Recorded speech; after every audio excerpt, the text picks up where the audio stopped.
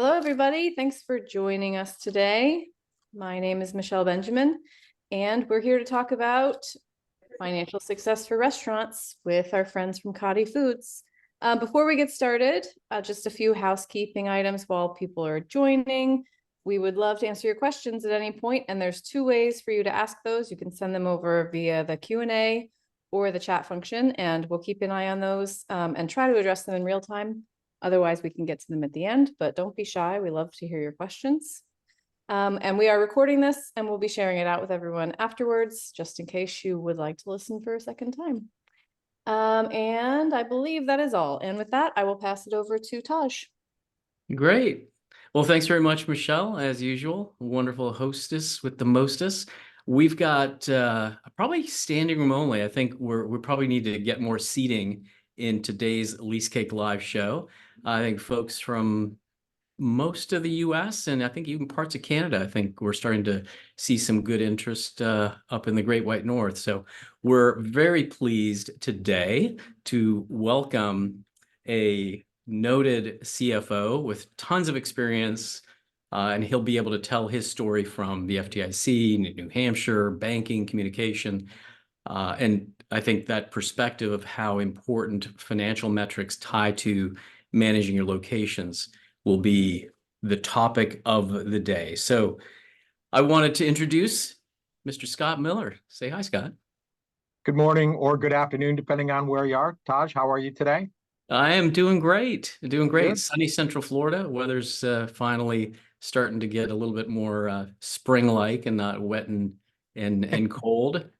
But we're very excited about sharing the power of customer stories. You know, at Lease Cake, it's important for us to share the ideas of how the restaurant business can be transformed.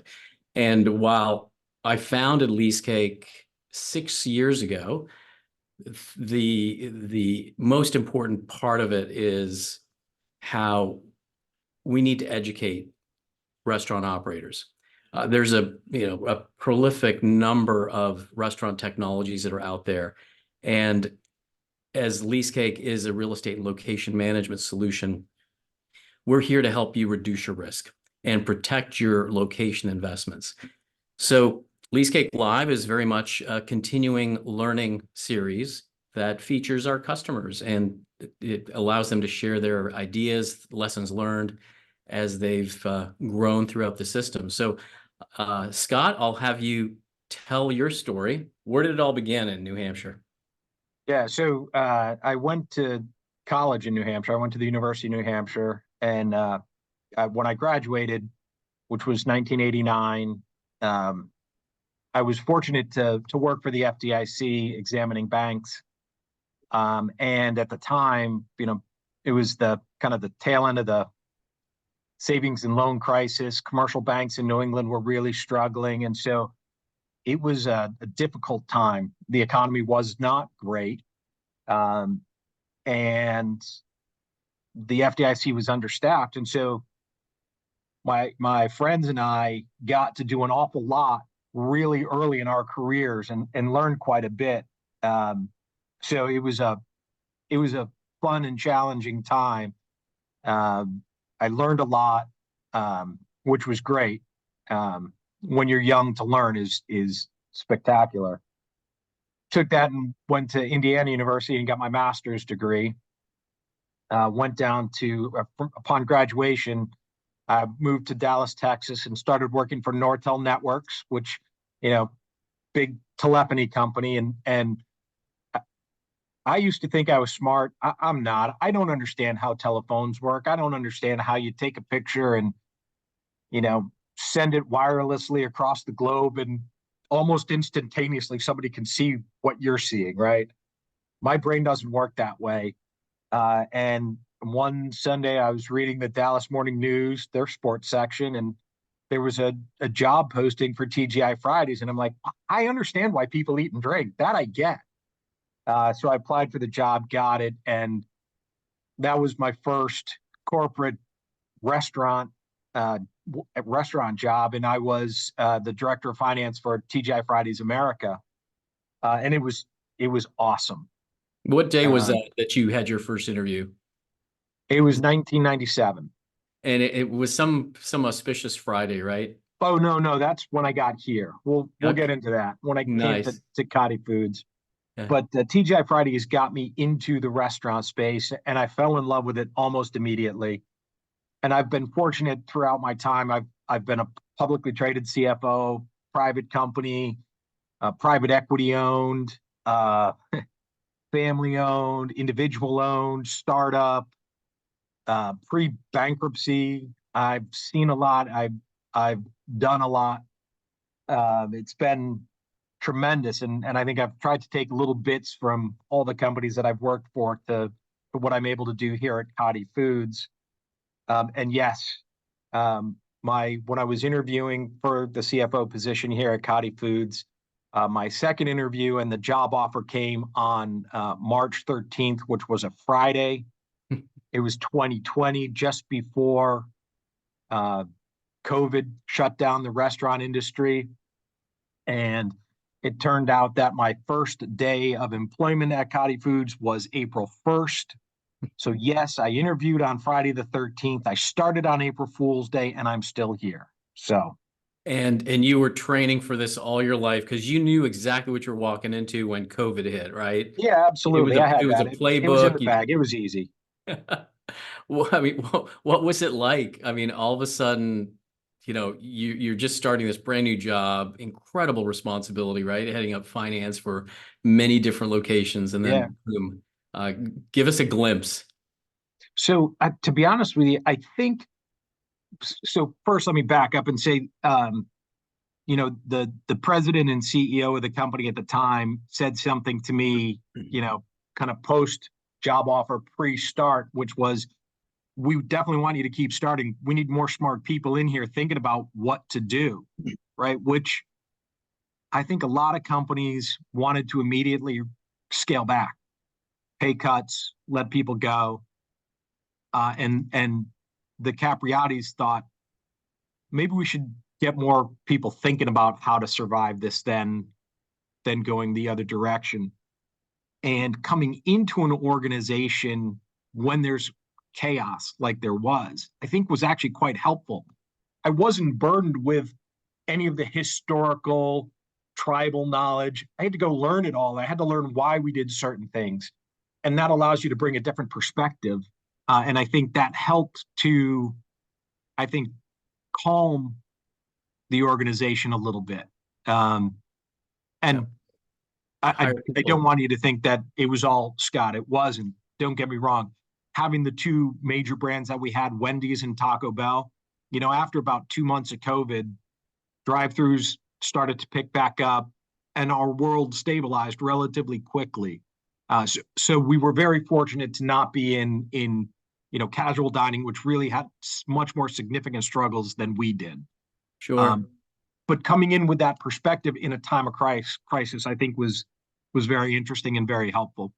Well, it's a great lesson, right? You've got very strong leaders and they recognize that somebody that is really knowledgeable in the industry, they've hired somebody that's effectively smarter than themselves. I think we all want to do that, but they entrusted upon you to have that outsider's knowledge and skill set. Because I mean, at the FDIC, you were informing banks like how to treat their assets and what was going on when RTC was happening. Yeah.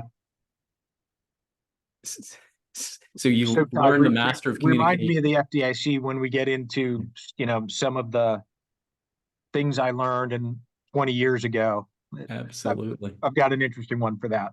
That sounds cool. All right. Well, it's fascinating that you've weathered the storm. And since 2020, how many locations you have? Because we're going to lead into what's Cotti Foods. Yeah, sure. So currently we have 230, give or take. We have 107 Taco Bells. We have 120 some odd Wendy's and 5 Pyologies. So 3 different brands. We're a franchisee of all. We operate across 6 different states: Hawaii, California. I know 2 horrible places to have to go. Texas, Kansas, Oklahoma, and Missouri as well. And Cotti Foods. It's a pretty unique story. Our CEO's father was a franchisee of Taco Bell, opened Taco Bell number 12 back in 1968. We've been in the Taco Bell brand for 58 of the 62 years that Taco Bell's been around. So we like to, when we sit with the folks from Taco Bell, we do like to let them know we've been in the system longer than they have and will remain in the system longer than they will. So we've got a little bit of tribal knowledge for you. But, it's interesting. It's a family-owned business, and second and third generation come in every day, and they're smart and they're humble, and they've taught me as much as I've taught them. That's for sure. We grow both organically and through acquisitions. We just in 2022 did our last major acquisition, which was 17 Taco Bells. The last 2 years, we built 7 or 8 restaurants each year. So we want to grow. We want to continue to grow. We want to buy land and build. We'll do ground leases and build. We want to grow. We think growth is healthy. So that's a little bit about Cotti Foods. We're headquartered in Rancho Santa Margarita, California, Southern California. We try to stay under the radar. We're not, as an organization, we don't go out and publicize what we do and how we do. But, just for perspective, we are the 29th largest franchisee in the country, a restaurant franchisee in the country. We would like to crawl up that list. So, maybe someday you'll see us in the teens, but we do want to grow. That's nice. Should be incredibly proud of that. We're excited to support your growth. It's been a wonderful journey, kind of holding hands together. I mean, not just with, our solution, Lease Cake across Cotti Foods, but you've also got some other technologies, Restaurant 365, great partner of ours as well. I know you're a fan. Yeah. Speak to the Cotti Foods culture. I remember you were sharing the stories about, the importance of family, the importance of, balance, work-life balance. I think, it's probably a testament as to why you're the 29th, like the Sure. one largest in the country, because Sure. it's about how you treat your people. Yeah, Taj, I've been a CFO of organizations now going on maybe 15 years. And, I was quite used to getting phone calls at night and on the weekends as a CFO that, look, when somebody has something, they call you, and that's just the way that it is. And you kind of learn to expect it. And I've been with Cotti Foods for 4 years now, and I think I've gotten 2 calls on the weekend, and that's it. And I'm home every night to have dinner with my wife and son, which is terrific. Those aren't things that as a CFO I've been used to. And so, again, when it's a family-owned business, they take their family very seriously. They don't want to be bothered on the weekend unless it's an emergency. And so they don't bother us on the weekend. Come in, work hard during the week, but when you're home, be good at home, you know? And so that's been refreshing. It's been very refreshing. So, well, that's good. How big is your team? Your accounting team or the back of house team? Yeah. So I manage payroll, accounting, AP. So we have 20 people in those 3 groups combined, which represents about half of our corporate office. And we have a large maintenance group we do our own maintenance. So that's the other large group in our company. So effectively, I manage half of our corporate office. Got it. Yeah, that's incredible responsibility. As it relates to your end customer, those getting into your restaurants, the Wendy's and Taco Bell's, Pyologies, how do you get to know them? Obviously, Cotti as a management team gets to know and takes care of their people. How do you reach and speak to your customers? Well, honestly, as a franchisee of the major brands, Wendy's and Taco Bell take care of much of that. both in terms of providing us information around who the customer is. They do drive a lot of that communication.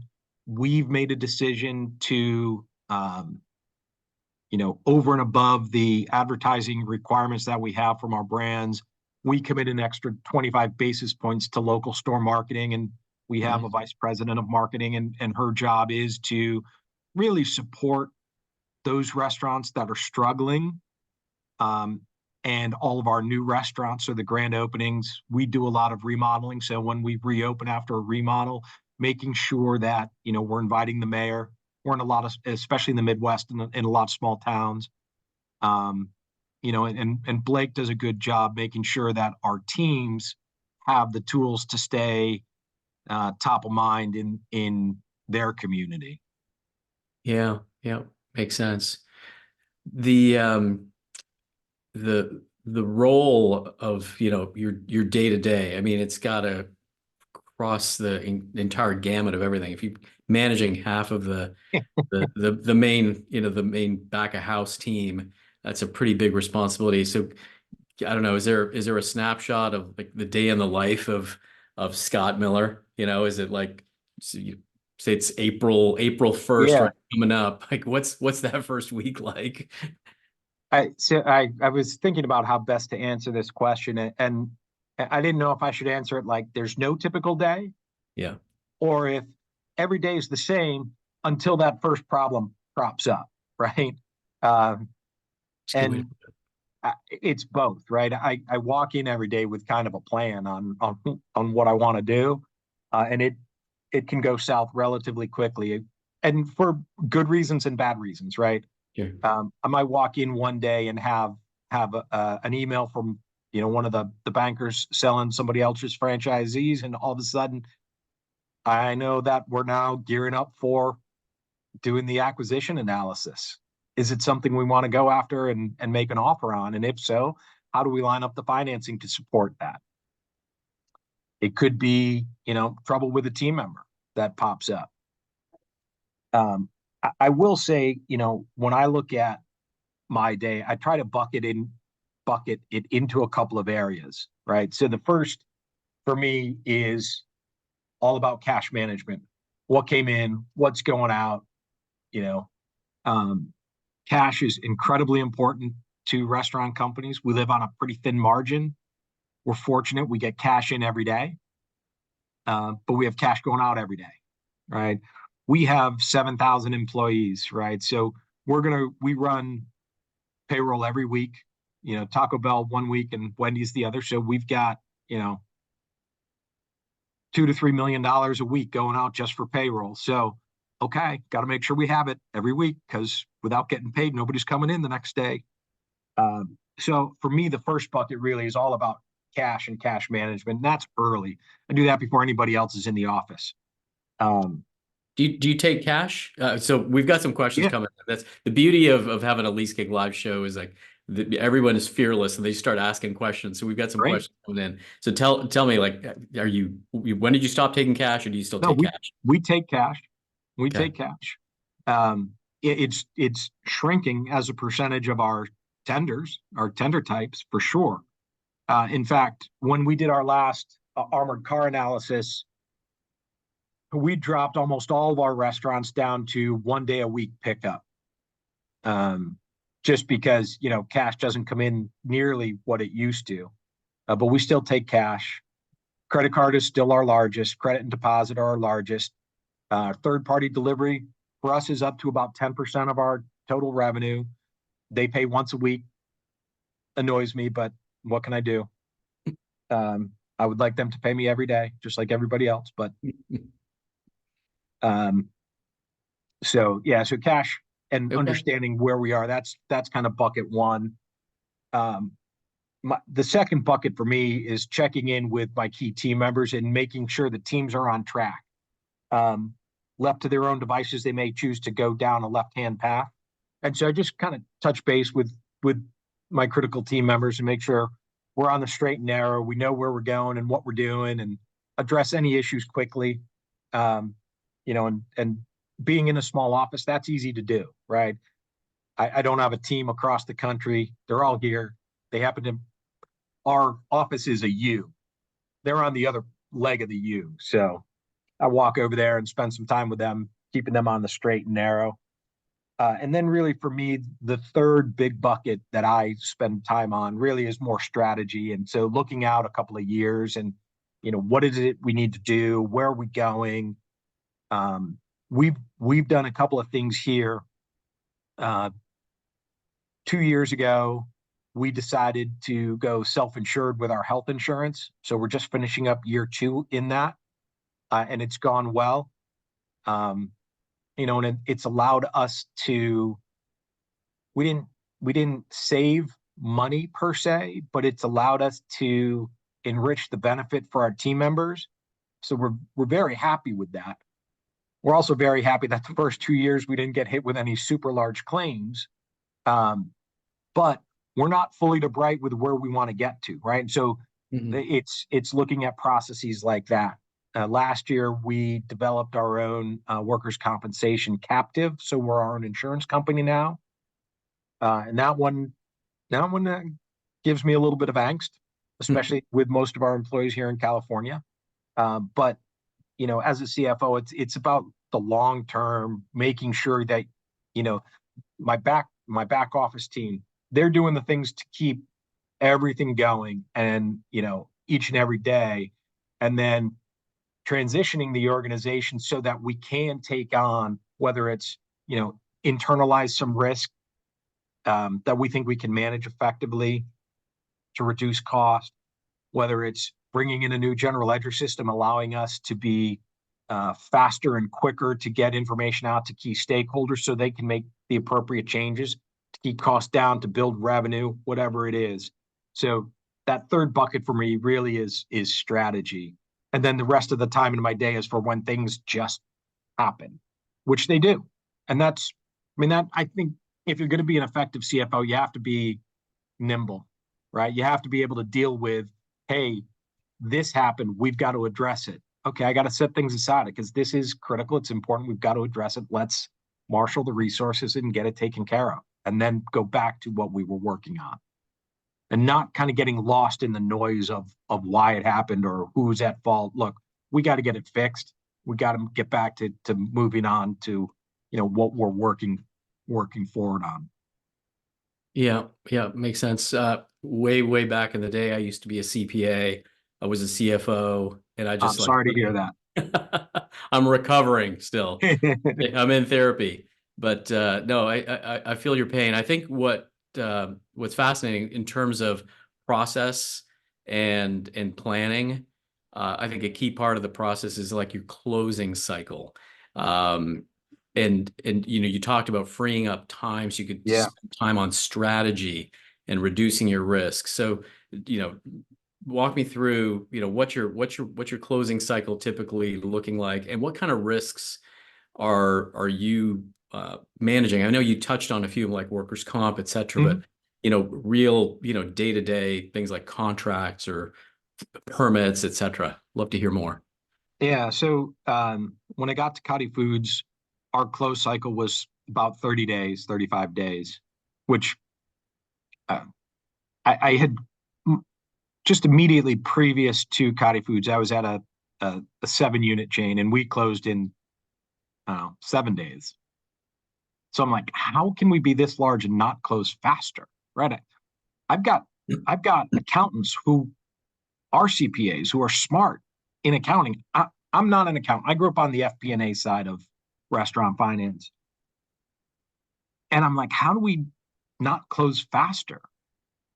And I think some of it was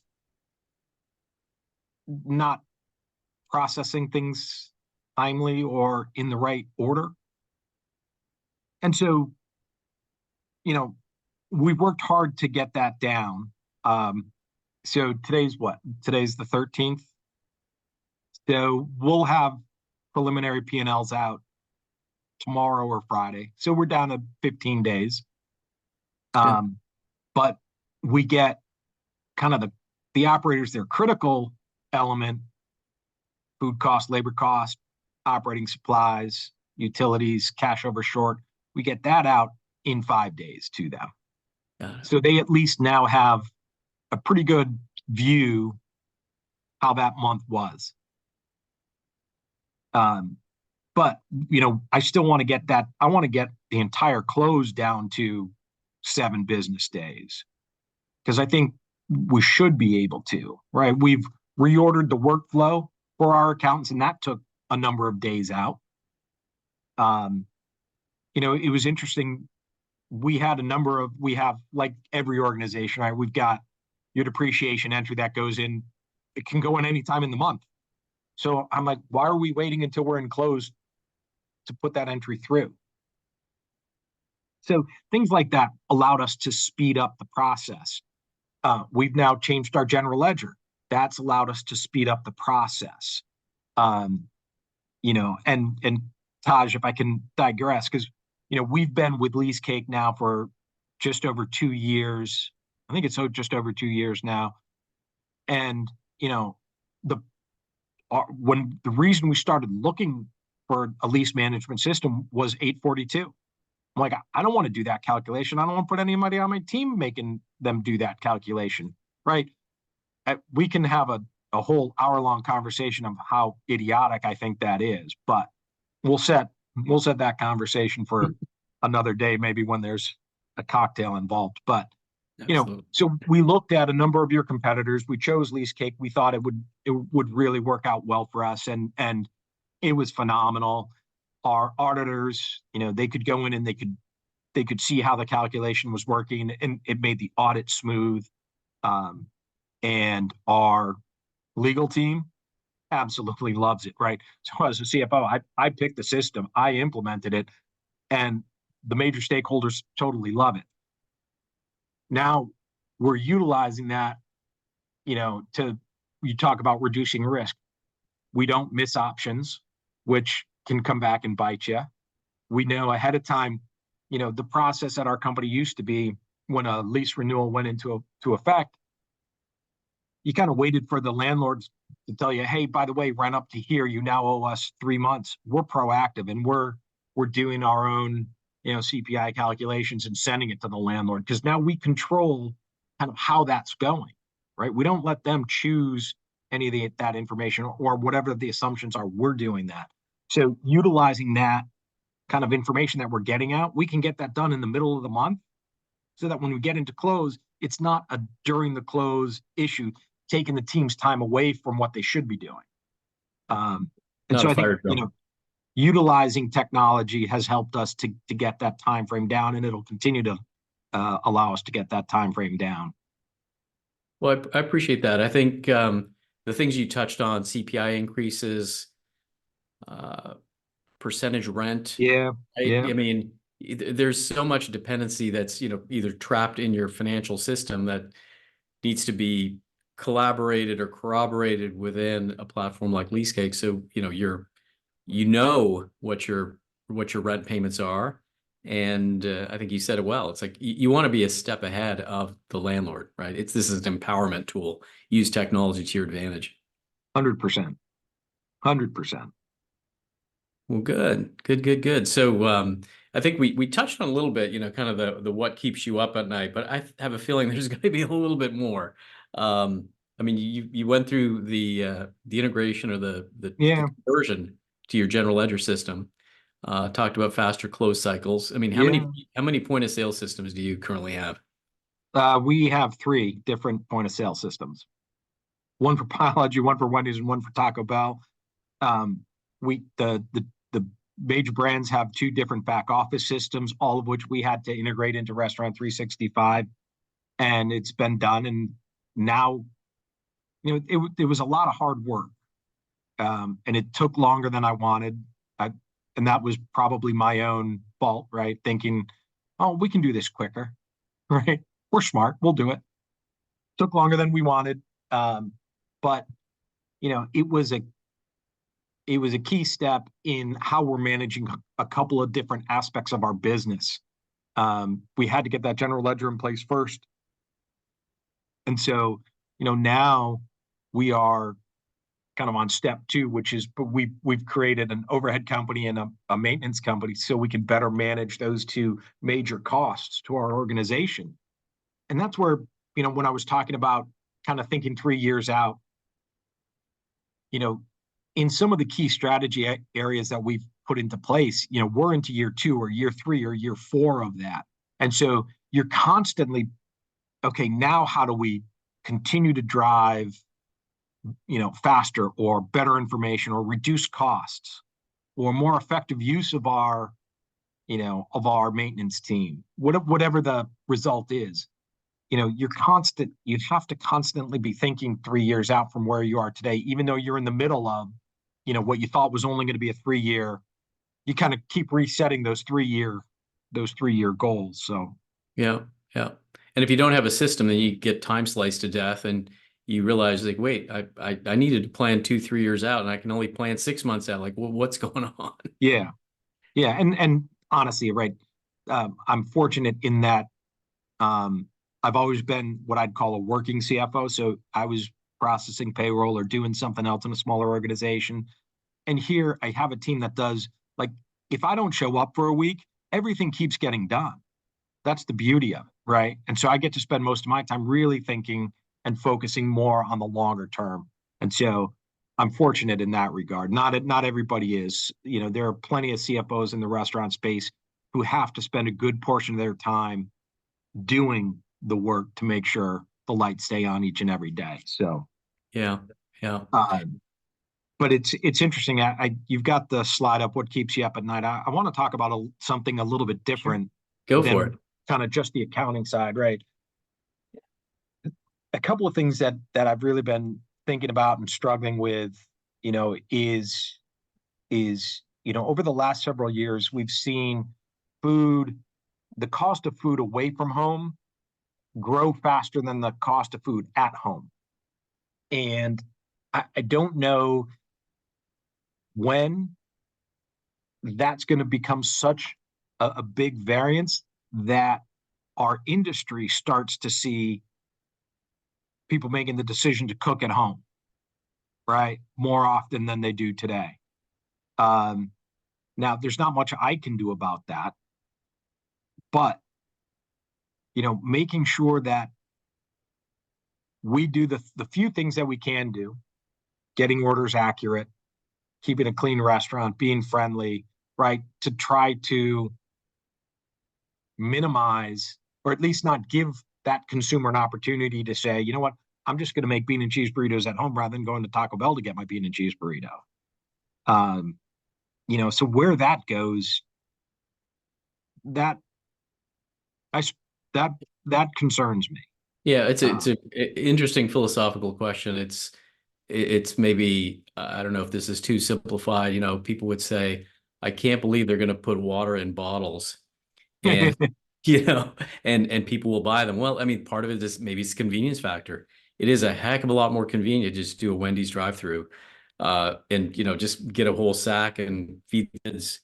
So, but I mean, this is what time allows you to do, right? Having this is in technology, you can think about, the big ideas, the big lifts. That's a fascinating perspective, Scott. And then interest rates certainly they're higher. Although, right, so for those of you who have gray hair, you may remember in the early to mid 80s, interest rates were incredibly high. And even though they're up now versus maybe the last 10 years, and so they're high relative to our recent history, they're not really too high. But we've been very fortunate to lock in all of our debt really low. And so, kind of the timing of when we start to see interest rates come down and what that means from a refinance of debt perspective. And if interest rates go up, it means we're going to spend more money on interest. It means I've got less money to build or buy.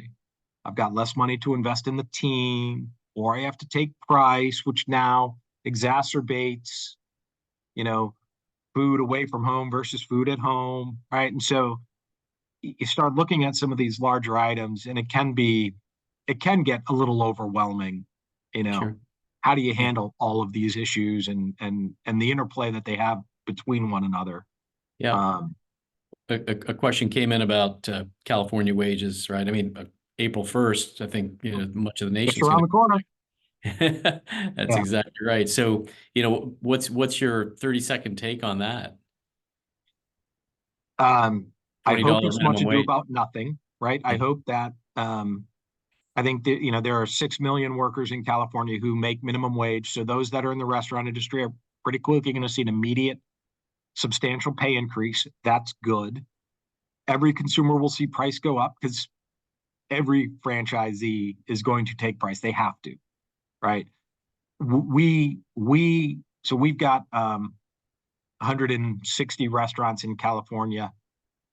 We think this minimum wage increase on an annual basis will cost us $25 million a year in increased wage. We don't make $25 million a year, so we have to take price. Yeah, we'll see where it goes. The work that we've done is really focused around wage compression, right? So it's not going to be $4 across the board for everybody. If you're currently making 22, you might go to 24, but you're not going to 26, right? We've got to try and compress those wages a little bit. Really a renewed effort around overtime management. Because overtime now at $30 an hour is a lot of money. And so when you are providing your team overtime, making sure they understand this shouldn't be something you expect every week, right? We need it for a little while. That's okay. We'll pay it, but don't live off of it, right? Take it as almost a bonus, right? And really kind of keep that line of communication with the team open. But it's cool. So then, translating this into, potentially using technology to help your back of house personnel savings. Have you found with a technology like LeaseCake, it's helped you keep your staff count low, or Restaurant 365, without having to add new team members? so no, we haven't. I don't think either one of those systems really are designed for what we really need to focus around, which is better scheduling. I mean, for us, if we can do a better job scheduling our team, forecasting our sales, scheduling the team, right? Being more maniacal on running the proper number of hours and having the right number of staff in each restaurant, we'll be able to keep hours to a minimum. While, and don't get me wrong, right? Every major brand is looking at ways to use technology to replace humans, right? Whether that is, automated fryers, whether that's automated burger flippers, whether that is AI at the drive-through, whether that is expanding the use of kiosks in restaurant, right? The unintended consequence, I think, for the state of California is going to be an acceleration of the use of that technology to replace workers, because we're going to have to. Yeah. But as it relates to your staff, your back of house staff, is a system like Restaurant 365, is it, allowed you to still stay lean? I think that was really the gist of the question. Yeah. So in our back office, the way that we've approached the implementation of both LeaseCake and Restaurant 365 isn't to reduce our staff. It really has all been about how can we take on additional work that needs to be done. And I'll give you a great example. When I got here, we outsourced to our tax accountants fixed assets, depreciation and amortization, and the filing of unsecured property tax forms with the counties. So we brought on Restaurant 365, and guess what? We're going to take that. This is the first year we've taken that work away from our tax attorneys or our tax accountants. So we kept the staff the same. We've taken on a value add. Now we pay more for Restaurant 365 than we did our old system, but we're now taking on more work, being more productive, having better control than we did in the past, and not increasing our cost and keeping our staff engaged in relevant, important work. So, Yeah. Yeah. You mentioned legal team. Do you have an in-house legal team or outsourced? we do. We have two attorneys in house, and then we just like everybody, we've got Yeah, a fair number of attorneys on retainer for whatever of comes up. course. Yeah, of course. Well, that's yeah, that's interesting. I mean, because ultimately, you want them focused on larger strategic risk ideas as opposed 100%. to pouring through a real estate lease and abstracting information or answering questions that can be readily Yeah, found using. absolutely. And that I mean, the lease abstracting that you guys did for us was great. I mean, 200 and at the time I think it was 220 leases, and to get it done as quickly as you did was awesome for us. And like you said, right, our in-house counsel, they spend most of their time on employee issues. I can't have lease issues be on the wayside, right? Because then I miss an option, and now I got to go back and renegotiate with the landlord, which I don't want to do, right? So, Yeah. With the notifications we get out of lease cake, it's great. Now we just, again, it comes up, we deal with it, we're set. We move on to whatever else we need to do that day. So Yeah, yeah. So we'll transition a little bit, talking about technologies and as it relates to growth. The question that just came across is, AI in drive-throughs. Because I asked you a little bit about cash. Do you still manage cash? It kind of slows down the process. Are you looking at AI? This is a question that just came in for drive. so we, Cotti Foods, are not. Both Wendy's and Taco Bell are, and we'll be supportive of. Look, I Yeah. think once they figure that out, and our president was just back in Ohio at Wendy's for a technology meeting, and the AI at the drive-through, it's getting pretty good, right? There, you can most any language or the major languages, you can place an order. You can go back and forth between languages if you want, and they're getting pretty good with accuracy. So I think it's something we're going to see in the near future. 18 months, 20 months, 24 months, something like that. Yeah, for sure. We've had tremendous success with running CakeBot within our application because you can now have conversations with your lease or your agreement or your contract. So, I mean, this is all about an empowerment play. How do we help teams like yours be smarter and free up your time so you can start to look at this strategy long term? Yeah, absolutely. So, and then in terms of your growth strategy, I think you were touching on very early at the top of the hour, talking about building or acquiring. What's been the driver of growth since you joined back in 2020? Like which two models have you looked at? Yeah, so we buy a fair amount of land. We own 55 of the 225 restaurants. We own the dirt underneath. We want to do more of that, right? We look at it as an effective way from a capital standpoint for us to keep growing. If we choose to buy the land, build a restaurant, and then sell, we can essentially cover our costs, right? So now I've got an operating restaurant with zero capital that I've invested in it. Makes for a pretty good return no matter what. So we'll continue to do that where we can. We do like to acquire when we can.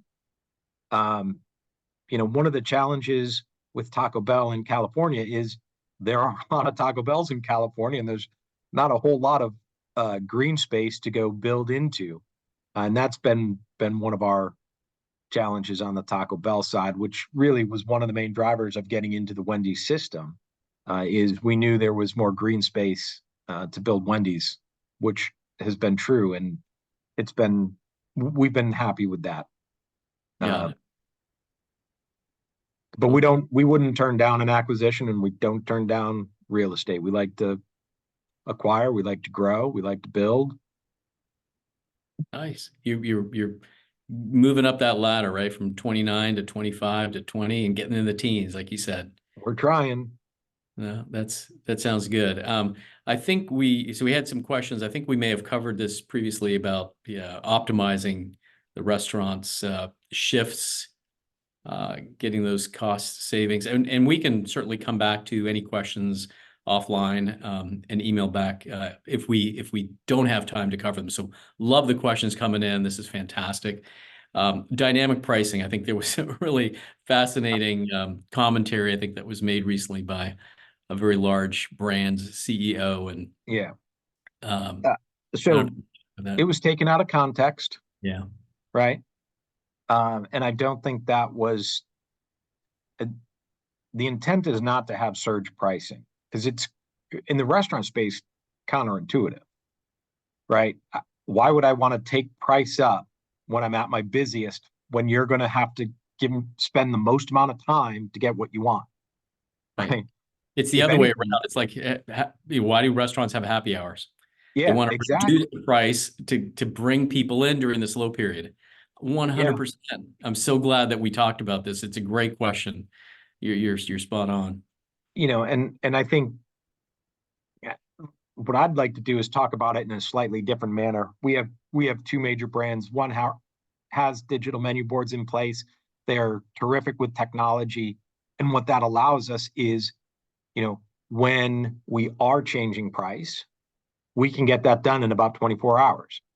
On our other major brand, we still have a lot of traditional menu boards, and it can take 10 days to implement that price increase. So from my perspective, when we talk about dynamic pricing, it's the ability to download an LTO onto a digital menu board because I want to try to drive breakfast, or hey, I want to try this in 15 restaurants. That's easy to do. Program it in, and boom, it goes down. To me, that's more, I think, where that's the spirit. Yeah, that CEO was trying to get to, not, surge pricing, just like Uber, No, and that is the problem with how news is somewhat distorted, or they try to simplify it. But Yes. you're exactly right. It's enabling technology to provide a better service experience for the customer. Ideally, reduce costs, but certainly, speed up the food prep time and the guest delight. Yeah. Yeah, cool. Absolutely. All right. Some technical questions about how do you write your real estate leases so you control the tax certiorari process? You want to defer that to your attorneys? Yeah. No, it's fine. We will come back to you on that. Let's see. Any challenges with kind of post-COVID terms and conditions in real estate leases? Go dark provisions, any things like those coming back to haunt you? Not really. We haven't, again, right? We were very fortunate. We have drive-throughs in all of our restaurants. We didn't go dark ever. And so we haven't had those types of provisions. As we're negotiating leases, we are trying to get some pandemic-related relief language into leases with mild success. Get a lot of landlords that just they're not prepared to commit to anything, which I get if I were them. But, we are growing and we're taking more space, and we're trying to convince them of that. So occasionally we get, we can get some language in there. Okay. Well, good. So, in terms of critical clauses, what kinds of key clauses are important to you that we've helped you with? Any certain conditions? So, Taj, I think the biggest, the most important is notification around exercising options, right? We're in QSR. We sign 25-year leases with 4 or 5-year options. We've been doing this for for such a long period, we always have some leases that need to be exercised. And we can't miss those, and it's kind of interesting. When I was young, I just assumed that would be an easy process. It's not, right? You get into your day and the restaurant's open and it's running and it just happens. And next thing you know, you're getting a landlord saying, "Hey, how come you didn't exercise your option?" Whoa, what happened? Of course we want to stay. And if you don't have a good relationship with your landlords, which we're very fortunate, we tend to have very good relationships with our landlords, they might want to renegotiate the rent because you're doing great. You're doing better than they thought. You didn't exercise timely? Sure, we'll give you the term. It's just going to cost you another $2,000 a month. Yeah. So, for us, mostly it has been making sure that we know when rent is changing, when options have to be exercised, and laying out that time frame right up front. And I do believe that we will use lease cake more every year. We see the opportunity to expand our functionality, to maintain other information that's critical or important, right? So whether that is things like having dates for permit renewals as well, franchise agreement expiration dates, right? We always try to align the lease and the franchise agreement. Doesn't always happen. We want to make sure that we don't extend the franchise agreement without extending the lease, right? So having some of those items in place, again, from my perspective, that's about risk management. So yeah, exactly. And we touched on, efficiency, as you're growing. So I appreciate the spirit of what you're talking about, because we continue to innovate, continue to add more customer-driven benefits that frankly you all dream up. I didn't go away and drink a few beers and say, "Oh my God, we should invent lease cake." It was based on a very real problem, and those problems continue to multiply the more we ask questions. So you're right, permits and licenses and having coterminous franchise agreement deadlines. I think back to the question about how which clauses are important, whether you have the famous 10 or 11 clauses or 20 or 40. mm-hmm. The value of technology allows you to say, you know what, across my entire agreement, let me just ask it a question. And it can almost become like there's metadata that you can mine, and they don't have to live in these let's call them artificial categories. Yep. Where there's a section and a page number, and it happens to be called co-tenancy provision or landlord obligation or tenant obligation. A lot of those words are buried all throughout this 65-page lease, and you just never know where to look. So you can talk about clauses, or you can just talk about a question, and there's incredible power in the question because those answers live in 17 places. Yes. As you know. Yes. All right, so we talked about cutting costs. I'm just going to jump to negotiating tips. Talk to me about who does your day-to-day when a lease is signed or when you're acquiring a location. So we do have a vice president of real estate, and she has a primary responsibility for kind of, I would say, the shell of the deal.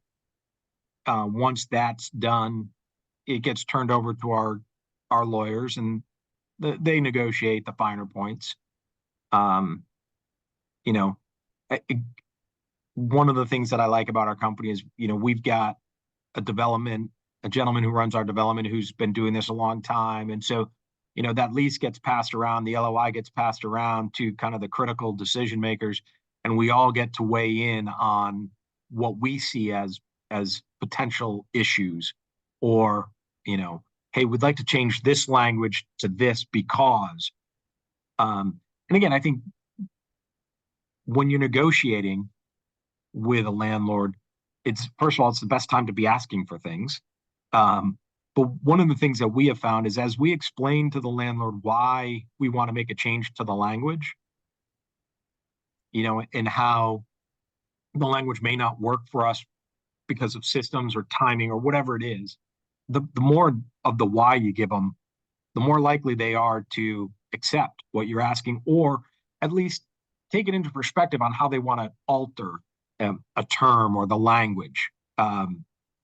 So, I think that, we like to provide the why to our landlord,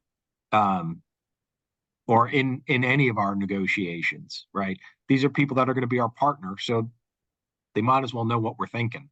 It's probably something you learned way back at FDIC and talking to bankers, right? Communicating. Yeah.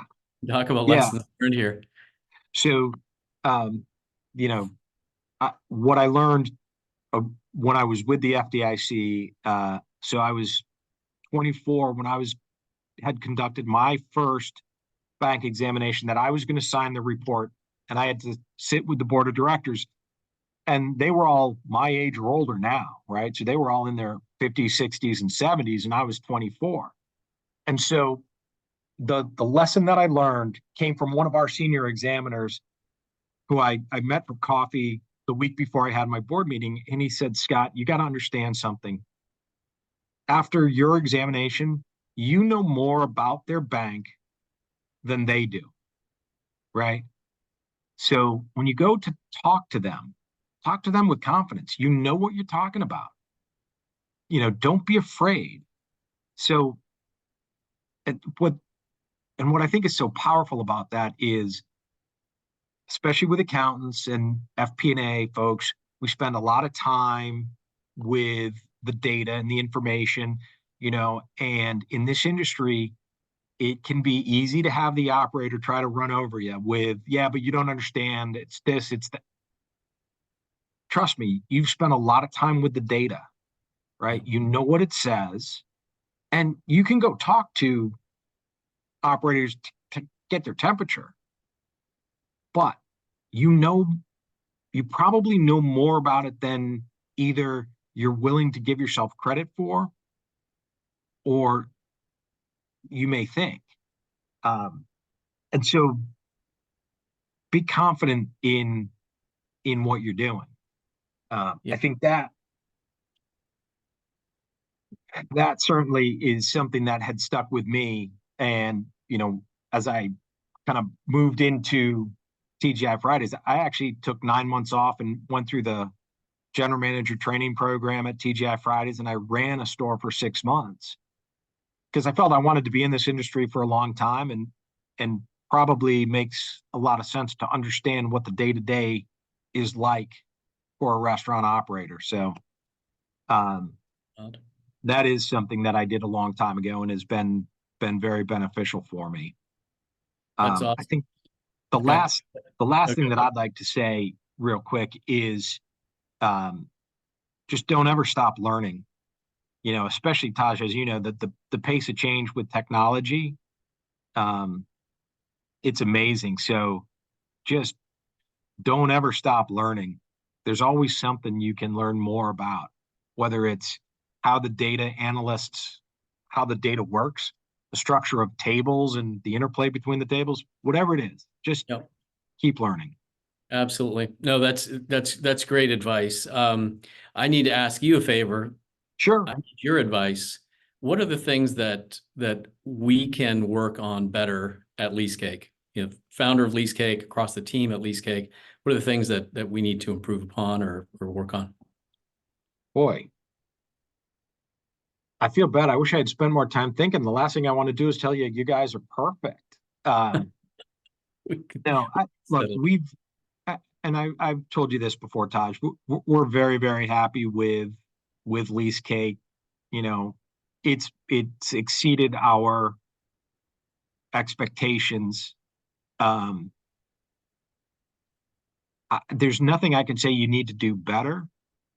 You guys see, you and your team, I know you look at your competitors and just keep staying on the front edge, push us too, right? With things that need to be done. I do feel bad in a way that, we didn't come to lease cake until it was like, okay, we need to implement 842 on January 1st. So we got to go do something. Um, you know, help me to have the forethought to take better advantage of lease cake, right? So that I don't kick myself in 2 years going, why didn't I listen to Taj? Why didn't I do this? I think you guys see a lot of what's going on and really work to push me to utilize the system in more effective ways. Well, I appreciate that. And it's definitely something that we take to heart. And as I said at the top of the hour for the show is it's so important to learn. It's so important to, be open to ideas. And that's why I'd say, we're in the education business. We might be in the prop tech business or in the software business, but, end of the day, we're in the education business. So thank you very much for everyone's questions, and Scott, for your time. We've been answering questions throughout, and it's anything that we haven't responded to or answered during the Lease Cake Live show, we'll come back to you. And certainly this recording will be available post-show. So we'll look for an email from Michelle Benjamin. And we've got some very cool Lease Cake Live shows coming up. It's about how to use AI to revolutionize multi-unit operations and location management. I think that's going to be another standing room only. Tons of interest in that topic, and then unlocking multi-unit efficiency for growth and tax savings. Scott, you probably want to listen in on this too and provide some advice, but that's going to be fun. Well, everybody, thank you again for participating, for your questions and your openness. And I love the details that were asked. Once again, Scott, thank you again. And thank you, Taj. Wish you all the best. Have a great rest of the week. You too. Bye-bye. Take care. Bye.